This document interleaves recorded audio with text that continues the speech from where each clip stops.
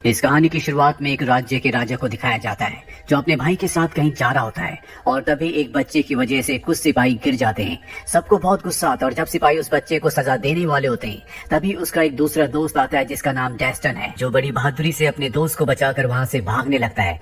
लेकिन सिपाही इन दोनों को पकड़ लेते हैं और राजा के पास ले जाते हैं। राजा को पूरी बात बताई जाती है। राजा डेस्टन की बहादुरी से, उसके व्यक्तित्व से बहुत ज्यादा प्रभावित होते हैं। वो उससे पूछते हैं कि तुम्हारे माँ बाप का नाम क्या है। डेस्टन बताता है कि उसका इस दुनिया में कोई भी नहीं है, वो एक अनाथ है। ये सुनने के बाद राजा उसे कहते हैं कि आज से तुम मेरे बेटे हो, यानी कि राजा ने उसे अपना बेटा बना लिया है। राजा के पहले भी 2 बेटे होते हैं और अब राजा का तीसरा बेटा डेस्टन है। धीरे धीरे वक्त बीतता है और 15 साल बीत जाते हैं। अब डेस्टन बड़ा हो चुका है, वो एक राजकुमार है, साथ ही वो एक बहुत अच्छा योद्धा भी है। इनके राज्य का, इनके देश का नाम होता है पर्शिया। और अब इन्हें पता चलता है कि यहाँ पर जो एक होली सिटी है इसका नाम एलेमुट है, वो सिटी इनके दुश्मनों को हथियार बेचती है, यानी कि वहाँ पर हथियार बनाए जाते हैं। इसीलिए राजा के दोनों बायोलॉजिकल बेटे और साथ ही तीसरा बेटा डेस्टन ये तय करते हैं कि ये उस सिटी पर हमला करेंगे और अपनी सेना के साथ ये उस सिटी पर हमला कर देते हैं। डेस्टन जो कि बहुत ही बहादुर होता है, वो बहादुरी से किले की दीवारों के ऊपर चढ़कर पूरी सेना को अंदर ले आता है और अब इस पूरे के पूरे शहर पर हमला हो चुका है। वहीं इस शहर की, इस राज्य की रानी को दिखाया जाता है जिसका नाम तमीना है। वो अपने सेनापति को एक खास खंजर देती है और कहती है कि ये किसी के हाथ नहीं लगना चाहिए, इसे लेकर तुम यहाँ से निकल जाओ। पर जब वो उस खंजर को लेकर निकल रहा होता है तभी उसके सामने डेस्टन आ जाता है। डेस्टन उससे उस खंजर को ले लेता है और अब इस पूरे राज्य पर, इस पूरे शहर पर उनका कब्जा हो चुका है। जिसके बाद ये राजकुमार तमीना को बंदी बनाकर पर्शिया ले आते हैं। उस पर आरोप लगाया जाता है कि तुम हमारे दुश्मनों को हथियार बनाकर बेचती हो, लेकिन वो साफ साफ मना कर देती है। और राजा का बड़ा बेटा उसकी बातों पर यकीन नहीं करता। वो उससे कहता है कि अगर तुम मुझसे शादी कर लो तो मैं तुम्हारे गुनाहों को माफ कर दूंगा, तुम्हें जिंदा छोड़ दूंगा। तमीना उससे शादी करने से मना कर देती है, पर तभी उसकी नजर यहाँ पर डेस्टन पर पड़ती है जो अब यहाँ पर आ चुका है। वो देखती है कि उसके पास वो खास खंजर है जिसे उसने अपने सेनापति को दिया था और वो देखती रह जाती है कि वो खंजर उसके पास कैसे आया। दरअसल वो उस खंजर की रक्षा करना चाहती है जिसके लिए उसे जिंदा रहना पड़ेगा। इसीलिए वो राजा के बड़े बेटे से शादी करने के लिए मान जाती है। चारों तरफ खुशी का माहौल होता है और अब राजा अपने बड़े बेटे को, डेस्टन को अपने पास बुलाते हैं। दरअसल राजा नहीं चाहते थे कि होली सिटी एमलेट के ऊपर कोई भी हमला करे, क्योंकि पर्शिया से उनके दोस्ताना रिश्ते थे। और अब उनके ऊपर हमला करके उनकी राजकुमारी तमीना को भी यहाँ पर लाया जा चुका है। राजा का बड़ा बेटा राजा से कहता है कि वो हथियार बनाकर हमारे दुश्मनों को बेचते हैं, लेकिन उसके पास इस बात का कोई भी सबूत नहीं होता। राजा उस पर बहुत गुस्सा करते हैं। इस बात से राजा का बड़ा बेटा नाराज हो जाता है और वो कहता है कि जब तक मैं सबूत ना ले आऊं तब तक मैं आपको अपनी शक्ल नहीं दिखाऊंगा, और इस जगह से निकल जाता है। जब वो यहाँ से बाहर निकलता है तो उसे अपने पिता के भाई यानी कि अपने अंकल मिलते हैं जिनका नाम निजाम है। वो उसे कहते हैं कि लगता है कि तुम्हारी अपने पिता से यानी कि राजा से मुलाकात बहुत अच्छी नहीं रही, लेकिन इसका मेरे पास एक इलाज है। उसे एक बहुत ही शानदार ड्रेस दिखाते हैं और कहते हैं कि राजा को यानी कि अपने पिता को दे देना, वो तुम्हें माफ कर देंगे। वो उसे ड्रेस देकर चले जाते हैं, लेकिन उसने कसम खाई होती है कि जब तक वो सबूत इकट्ठे ना कर ले तब तक उन्हें अपनी शक्ल नहीं दिखाएगा। इसीलिए वो उस ड्रेस को अपने सबसे छोटे भाई यानी कि डेस्टन को दे देता है और कहता है कि इसे पिताजी को दे देना।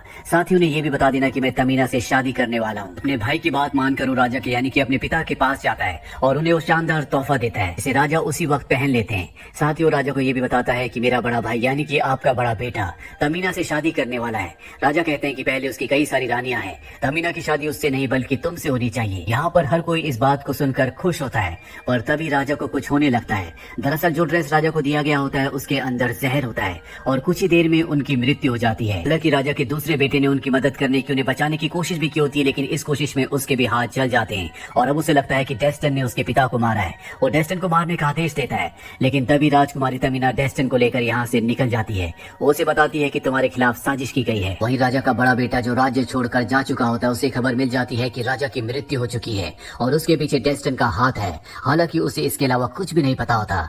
वहीं डेस्टन तमीना को बताता है कि जो ड्रेस मैंने राजा को यानी कि अपने पिता को दी थी वो मुझे मेरे बड़े भाई ने दी थी, यानी कि अब डेस्टन को अपने बड़े भाई के ऊपर और उसके बड़े भाई को डेस्टन के ऊपर शक है। तमीना उसके पास जाती है और उसके पास जो उसका खंजर होता है उसे निकालने की कोशिश करती है। डेस्टन के ऊपर तलवार से हमला भी करती है, लेकिन तभी डेस्टन उस खंजर को निकालता है। खंजर के ऊपर टॉप पर उसका हाथ लग जाता है, जिससे उस समय में कुछ पल पीछे चला जाता है, उस पल में जब उसके ऊपर तमीना हमला करने वाली होती है। और तभी वो उसका हाथ पकड़ लेता है, क्योंकि उसे अब पहले से पता है कि तमीना क्या करने वाली है। वो कहता है कि ऐसा करने की कोशिश भी मत करना। तमीना को समझ में आ जाता है कि खंजर की वजह से वो पास्ट में यानी कि समय में पीछे आ चुका है, इसीलिए उसे हमले के बारे में पहले से पता था। और अब तमीना उसे बताती है कि ये एक जादुई खंजर है जो एक खास रेत से चलता है और जब तक उसके अंदर रेत होगी तब तक ये खंजर काम करेगा, क्योंकि तुमने इसके ऊपर जो रूबी लगा था उसे दबा दिया, इसीलिए अब वो जादुई रेत खत्म हो गई। दरअसल इस खंजर के ऊपर जो रूबी लगा होता है उसे दबाने से वो इंसान जो उसको दबाता है वो अतीत में यानी कि पास्ट में चला जाता है। एक तरह से वो टाइम ट्रेवल करता है और इसके बाद प्रेजेंट में होने वाली चीजों को बदल सकता है। पास्ट की बातें सिर्फ उसी को याद होती है जिसके पास खंजर होता है, बाकी किसी को कुछ नहीं पता होता कि पास्ट में क्या हुआ था। और यहाँ पे अब डेस्टिन को लगता है कि उसके सबसे बड़े भाई ने यानी कि राजा के बड़े बेटे ने इसी खंजर के लिए तामीना के राज्य पर हमला किया था और अपने पिता को मरवा दिया। डेस्टिन फैसला करता है कि वो पर्जिया दोबारा से जाएगा जहाँ पर वो अपने बड़े भाई की पोल सबके सामने खोल देगा और इसके लिए वो राजा के भाई की मदद लेगा जिसका नाम निजाम है। तामीना उसे ऐसा करने के लिए मना करती है लेकिन वो उसकी बात नहीं मानता और ये दोनों के दोनों गुलामों की घाटी से होते हुए आगे बढ़ना शुरू कर देते हैं। रास्ते में तामीना को मौका मिल जाता है और वो डेस्टिन को बेहोश करके वहाँ से निकल जाती है और जब डेस्टिन की आंखें खुलती है तो वो देखता है कि उसके सामने इस घाटी के लोग हैं जो लोगों को गुलाम बना लेते हैं। वो उन्हें कहता है कि यहाँ से अभी अभी एक लड़की गई है जिसके पास बहुत सारा पैसा है, मैं तुम्हें उस तक ले जा सकता हूँ। ये लोग उसकी बात मान जाते हैं और अब ये तमीना को भी पकड़ लेते हैं। तमीना डेस्टिन को बताती है कि ये एक पवित्र खंजर है, हमें इसकी रक्षा करनी होगी, हमें इसे इसकी सही जगह तक पहुंचाना होगा क्योंकि अगर ये गलत हाथों में पड़ गया तो पूरी दुनिया खत्म हो जाएगी। लेकिन डेस्टिन को उसकी इस बात से कोई फर्क नहीं पड़ता।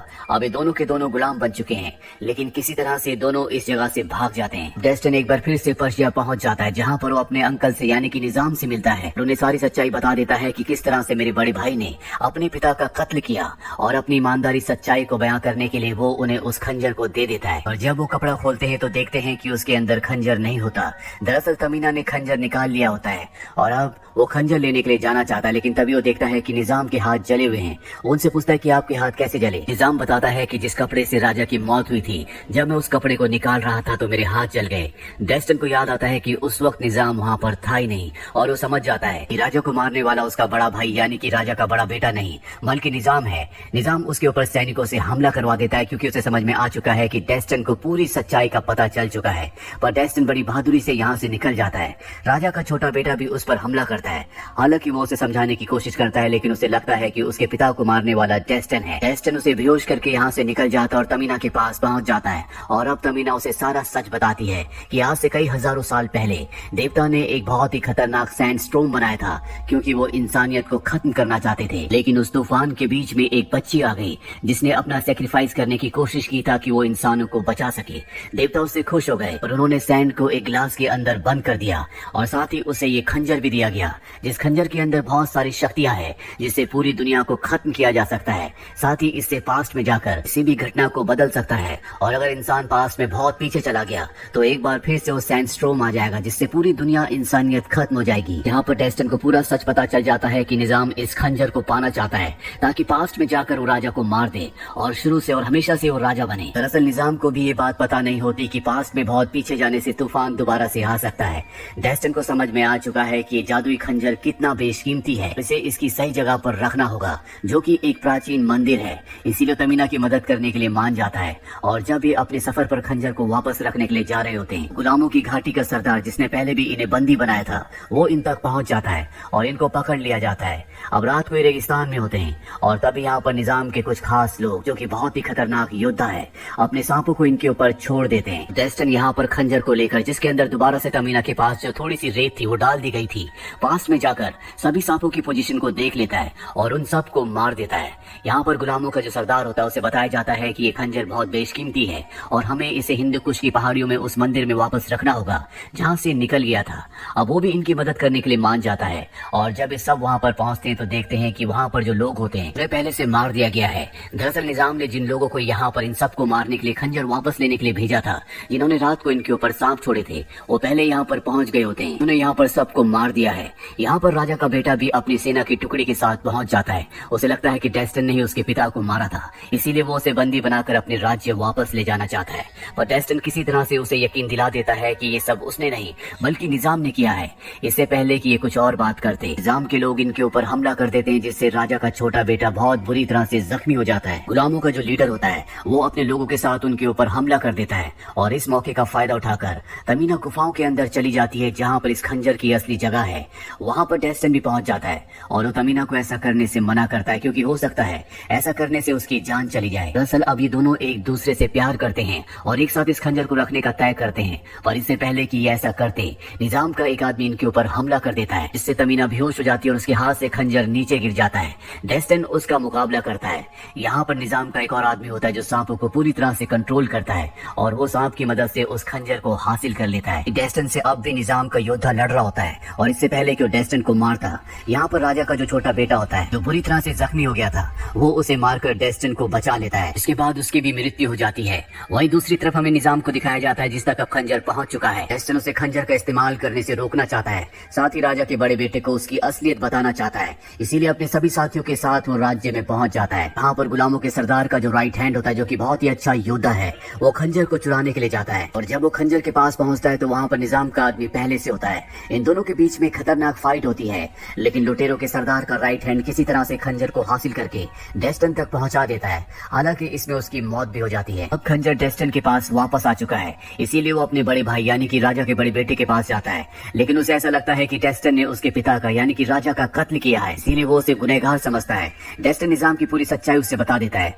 लेकिन उसे उसकी बातों पर यकीन नहीं आ रहा होता और तभी वो उसे खंजर की पूरी असलियत बताता है और कहता है कि जब मैं मारा जाऊं तो तुम इसके ऊपर के रूबी को दबा देना, तुम्हें पूरी सच्चाई पता चल जाएगी। और इसके बाद वो अपने आप को मार देता है। यहाँ पर अब निजाम भी आ चुका है, लेकिन निजाम पर अब वो यकीन नहीं करता। वो उस खंजर के ऊपर लगे हुए रूबी को दबा देता है और पास में चला जाता है। उस पल में जब डेस्टन अपने आप को खंजर से मार रहा होता है, वो उसे ऐसा करने से रोक लेता है। अब उसे उस पर यकीन है, पर तभी यहाँ पर निजाम आ जाता है जो राजा के बड़े बेटे को यानी कि डेस्टन के बड़े भाई को मार देता है। अभी डेस्टन को बंदी बना लिया जाता है। अब उसके पास खंजर आ चुका है, इसीलिए वो नीचे उस जगह की तरफ बढ़ चलता है जहाँ पर सैंड ग्लास है। इसके अंदर उस रेतीले तूफान को हजारों साल पहले कैद किया गया था। तमीना भी यहाँ पहुंच जाती है और वो डेस्टन को छुड़ाकर दूसरे रास्ते से उस तरफ बढ़ चलती है जहाँ पर निजाम जा रहा है। ये रास्ता बहुत ही खतरनाक होता है। उसे तमीना के पैरों के निशानों के ऊपर अपने पैर रखने होंगे, क्योंकि तमीना उस खंजर की रक्षक है, इसीलिए वो उस सैंड ग्लास तक जा सकती है। और जब वो ऐसा कर रहा होता है तभी ऊपर से मिट्टी गिरती है, जिससे पूरी की पूरी जगह नीचे धंस जाती है और ये दोनों अलग हो जाते हैं। लेकिन किसी तरह से डेस्टन उस जगह पहुंच जाता है जहाँ पर सैंड ग्लास है। यहाँ पर तमीना भी पहुंच चुकी है और ये देखते हैं कि निजाम उस खंजर को लेकर सैंड ग्लास तक पहुंच चुका है। ये उसे रोकने की कोशिश करते हैं, लेकिन निजाम इन दोनों को ऊपर से नीचे फेंक देता है। डेस्टन तमीना का हाथ पकड़ लेता है, वो उसका हाथ नहीं छोड़ना चाहता और वही निजाम को दिखाया जाता है जो खंजर को उस जगह स्टैब कर देता है जहाँ पर सैंड ग्लास है और ऊपर के रूबी को दबा देता है। तमीना डेस्टन से कहती है कि तुम्हें मुझे जाने देना होगा और दुनिया को बचाना होगा, निजाम को किसी भी तरह से रोक लो। डेस्टन को उसे छोड़ना पड़ता है जिससे उसकी मृत्यु हो जाती है और इसके बाद वो निजाम को पकड़ लेता है। इसके बाद ये दोनों के दोनों टाइम ट्रेवल करके अतीत में पहुंच जाते हैं। डेस्टन उस वक्त में पहुंचता है जहां पर पहली बार उसे खंजर मिला था और अब उसे इस खंजर की इंपॉर्टेंस का पता है। साथ ही उसे ये भी पता है कि ट्रेटर यानी कि गद्दार कौन है। ये वो पल होता है जब ये सब के सब एलमेट की दीवारों के बाहर होते हैं और डेस्टन अपने बड़े भाई के पास जाता है और उसे बताता है कि इस किले के अंदर यानी कि इस राज्य के अंदर कोई भी ऐसा नहीं है जो हमारे दुश्मनों को हथियार बेचता है। ये पूरा का पूरा एक षड्यंत्र है। ये सुनने के बाद डेस्टन के भाई हमला करने से मना कर देते हैं। निजाम भी यहीं पर होता है और वो निजाम की पूरी सच्चाई उन्हें बता देता है। निजाम डेस्टन के ऊपर हमला करता है, लेकिन वो उसे हरा देता है। हालांकि वो उसे नहीं मारता, लेकिन एक बार फिर से निजाम डेस्टन के ऊपर हमला करता है, जिस वजह से राजा का बड़ा बेटा उसे मार देता है। साथ ही इन्हें इस बात का भी एहसास होता है कि ये एक होली प्लेस है, इन्हें यहाँ पर हमला नहीं करना चाहिए था। इसीलिए तमीना के पास जाते हैं और उससे माफी मांगते हैं और साथ ही दोनों राज्यों के अच्छे संबंध के लिए वो तमीना को डेस्टन से शादी करने के लिए कहता है। तभी डेस्टन यहाँ पर आ जाता है और उसे खंजर लौटाते हुए पूरी बातें बताता है कि क्या क्या हुआ था, जो सुनने के बाद तमीना उससे शादी के लिए मान जाती है। इसके बाद खंजर को वापस उसकी असली जगह पर रख दिया जाता है ताकि दुनिया को कभी कोई खतरा ना हो और इसी के साथ ये कहानी यहीं पर खत्म हो जाती है। उम्मीद करते हैं कि ये कहानी आपको पसंद आई होगी।